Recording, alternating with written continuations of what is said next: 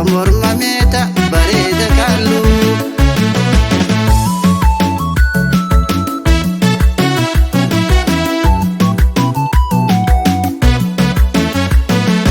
Madda qulqulluu ni waraaba laga hayyuudha dubri sadeen ijoollee daga dubra franqallo yaa dubra mooti bareeddoon argee nama mormalooti ani yafnoolle bareeddu itu goontuu shariifa waan attiin goontu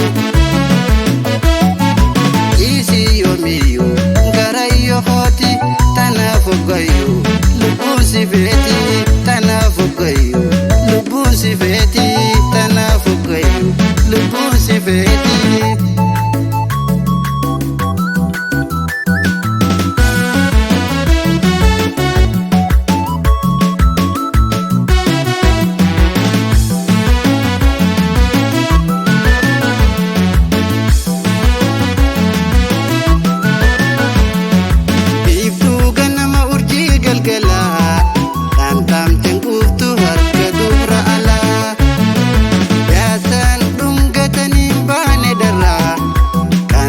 Gari shubuntu oborra barbaadetiin dhabii dubra si jaallu loko morma meeta bareeda kaallu.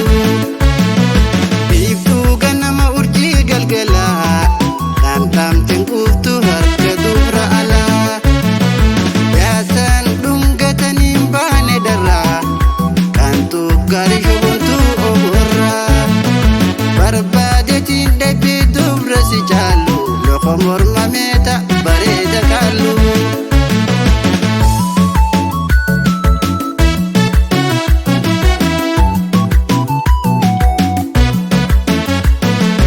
Madda qulqulluu ni waraaba laga hayyuudha dubri sadeen ijoollee daga dubra franqallo yaa dubra mooti bareeddoon argee nama mormalooti ani yafnoolle bareeddu itu goontuu shariifa waan attiin goontu